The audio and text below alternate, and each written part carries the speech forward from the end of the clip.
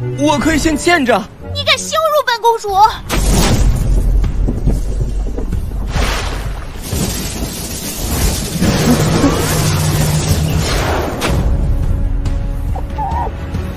做事，那我偏要杀了他。我心仪。Yo, halo guys, selamat datang kembali di channel Imam Tanto. Di video kali ini tentunya bakal melanjutkan alur cerita Donghua baru yang berjudul Flash Immortal The Seven Realms. Dan ini merupakan part kelimanya. Dan yang belum menonton part sebelumnya silahkan cek di bawah deskripsi ya. Kita lanjut dari part sebelumnya. Liang Xi pun mengingat ia pernah melihat simbol ini di Istana Naga waktu itu. Dan ia pun akan pergi ke Istana Naga untuk menanyakan hal ini pada ibunya.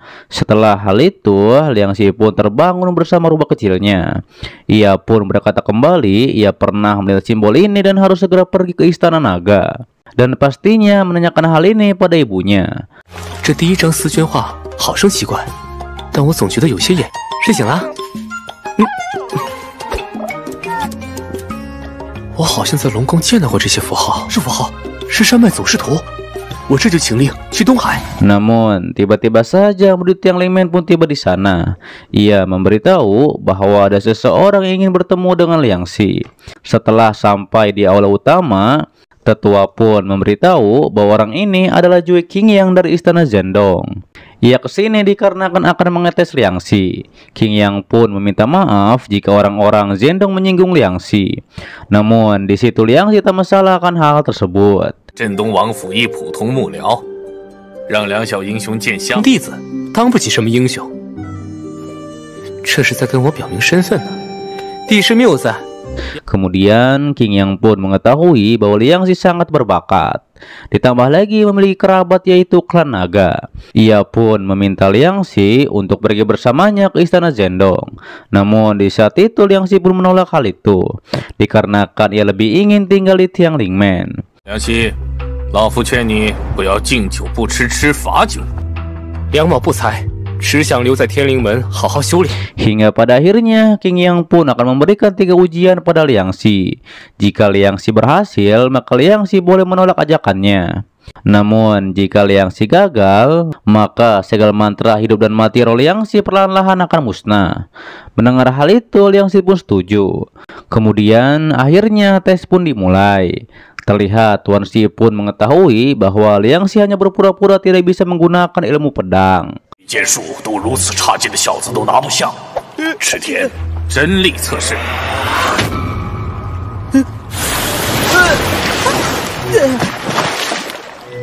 出来吧，方才你是故意的。 Hingga akhirnya pertarungan di antara mereka berdua pun dimulai. Setelah hal tersebut, Tuan Xi yang berada di ranah janin, ia pun membekukan area sekitarnya untuk menyerang Liang Xi. Di sisi Qingyang, ia pun mengatakan Tuan Xi tidak akan melukai Liang Xi dengan parah. 要小心了，求之不得。放心，石将军不会伤了梁希。解台镜，第十。 方才是我小。 Kemudian Tuan Xi pun mengeluarkan monster salju untuk menyerang Liang Xi. Namun Liang Xi memanggil naga berkepala 2 untuk menyerang balik. Melihat hal tersebut, tetua dan murid Tiang Lingmen lainnya ingin belajar seperti Liang Xi.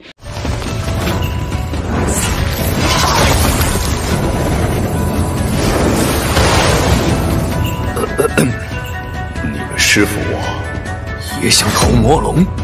他怎么会从四海海域跑到这里来？这是梁希召唤出来的。师傅，我也想学。 Hingga pada akhirnya Liang Xi pun lulus ujian pertamanya. Dan ia pun menuju ujian keduanya. Kemudian di ujian kedua tersebut adalah menenangkan pikiran dengan sebuah bulu.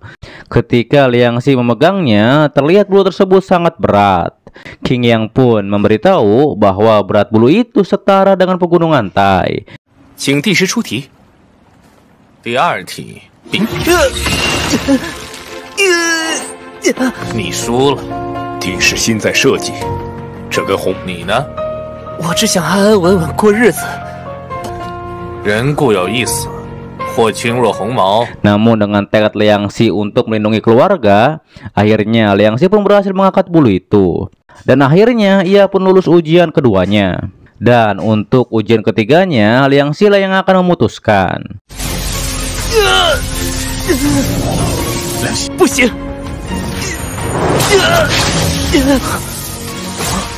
我什么都没做，我护了人界，却没有护住你。你赢了，第3场比什么？你定。 Kemudian Liang Xi pun menulis ujian ketiganya, yaitu bermain catur. Hingga akhirnya permainan catur pun dimulai. Dan dengan mudahnya Liang Xi pun menang dalam pertarungan catur tersebut. 哎，就是玩。梁希，帝师乃棋道圣手，怎可太闲？狂妄？棋盘之上，您老实够老，没人敢。我赢了啊！ 又没说下。年纪小，先行一步。年轻人要敬。棋也是棋嘛。 Setelah hal itu, Kaisar Qing Yang pun mengakui kekalahannya. Ia juga meminta maaf pada Tetua Ling dikarenakan ia hanya ingin mengetes kesabaran Liang Xi. Terlebih lagi, Kaisar Qing Yang mengatakan setelah 3 tahun mereka akan bertemu kembali. 老夫之前所为，都是为了试出梁希的气。3年后，我们京都见。 Setelah hal itu, Liang Xi berkata pada tetua, ia mempunyai urusan dan harus pergi ke Laut Timur dalam waktu setengah tahun. Tetua pun memberitahu bahwa saat ini ketua sedang menerobos ke ranah emas ajaib. Ditambah lagi, sekarang Liang Xi sudah mencapai alam naga. Dengan begitu, ia pun tak perlu lagi khawatir pada Liang Xi. 如今你修为将至乾隆境，为时也能放心。小子，也不知哪来这么好运气。 Tetua juga mengingatkan Liang Xi bahwa di Laut Timur sangat berbahaya. Ia pun memberikan ramuan yang dibuat oleh Tuan Ning Sui dan efeknya seperti menghidupkan kembali. Di saat itu, Liang Xi pun mengatakan bahwa ia butuh uang, yang menyebabkan ia dihajar oleh tetua. 我感激的话就不用说了，收拾收拾。我想要钱。明天就出发了。 Di keesokan harinya, Liang Xi pun bersiap berangkat ke Laut Timur dan ia pun pamit kepada teman-temannya. Kemudian, tetua pun akan mengirim Liang Xi langsung ke perempatan Laut Timur dari utara. 传送阵会把你送到东海和北海的交界处。师尊，库房里的矿石我们。 Setelah sampai di sana, Liang Xi pun memakai teknik warisan naga untuk bernafas di dalam air. Liang Xi pun bertanya-tanya mengapa ia dikirim ke tempat seperti ini. 我没把库房搬空啊，怎么还给我穿小鞋？ Namun ketika Liang Xi akan keluar dari tempat tersebut, ia pun ditarik oleh pusaran air. Liang Xi pun mengatakan pusaran air ini seperti menahannya di tempat ini. Ia juga memegang sebuah ikan yang menandakan bahwa ini di dasar laut. 可天光看起来那么近，还有这些铜柱，这些鱼的眼睛早已退化，说明。 Tapi Liang Xi menjadi heran dari mana asal pilar tembaga yang ia lihat saat ini. Kemudian Liang Xi pun mengabar sesuatu memakai kekuatannya. Sementara rubah kecil pun menyadari bahwa pilar-pilar ini sepertinya terhubung langsung dengan pemiliknya. 如果铜铃代表人体模型，那这几铜柱的分布恰好和人体的五脏相对应。 Hingga pada akhirnya Liang Xi pun mengetahui bahwa arus ini seperti meridian dan juga terhubung dengan 5 organ dalam. Mereka berdua pun menyadari bahwa mereka berdua terjebak dan hanya bisa bertaruh jika ingin keluar dari sini. Rubah kecil pun memberi kode agar Liang Xi tak melakukannya. 铜柱下的鱼，总有一天会被吃光。再不是行，万一走火入魔了怎么办？在这里。 Namun di saat itu Liang Xi pun langsung berkultivasi dan akhirnya ia pun tidak apa-apa ketika menyerap pusaran air itu.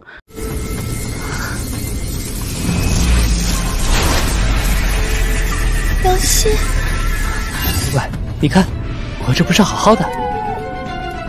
Kemudian tiba-tiba saja cahaya bulan sangat terang. Bahkan ini belum malam hari. Liang Xi pun mengetahui jika ia bisa mengendalikan air pasang dengan baik, mereka berdua bisa keluar dari tempat tersebut. Namun tanpa diduga, Liang Xi pun mendarat tepat di ekor Putri Duyung.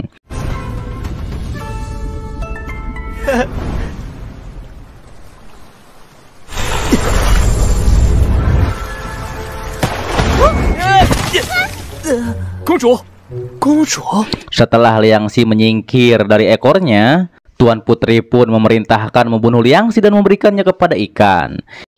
疼的可是本公主。申龙，你还待着做什么？砸到你是我不对，但也不至于杀了我吧？还不快把这个冒犯本公主的东西剁碎了喂鱼！是。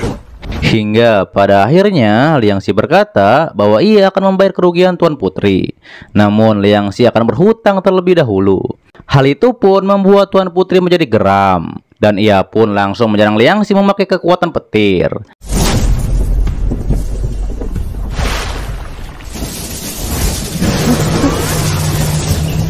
Ditambah lagi, Tuan Putri juga akan menangkap rubah kecil dan akan membunuhnya. Liang Xi yang melihat hal tersebut, ia pun menjadi sangat marah.